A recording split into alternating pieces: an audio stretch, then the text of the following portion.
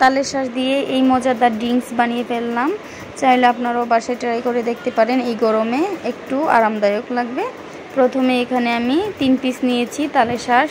উপরের খোসাগুলোকে আমি ছেড়ে নিয়েছি, তারপর এগুলোকে আমি কুচি করে নিয়েছি। আর আপনি যদি আমার চ্যানেলে নতুন হয়ে থাকেন প্লিজ আমার চ্যানেলটাকে সাবস্ক্রাইব করে দিবেন। প্রথমে আমি একটা ব্লেন্ডার মিক্সিতে দিয়ে দিয়েছি টুকরো করে রাখা তালের শাঁস। এবার এর মধ্যে দিয়ে দিব 2 টেবিল চামচ চিনি।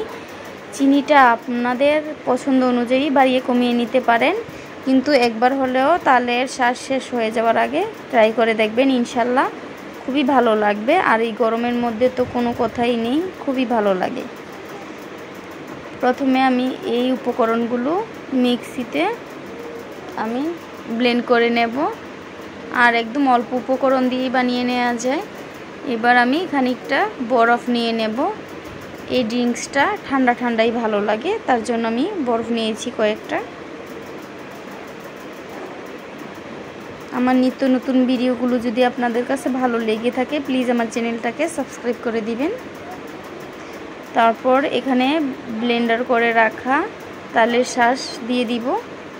দেখুন কতটা ঘন হয়েছে, আর খেতে কিন্তু অসাধারণ হয়েছে।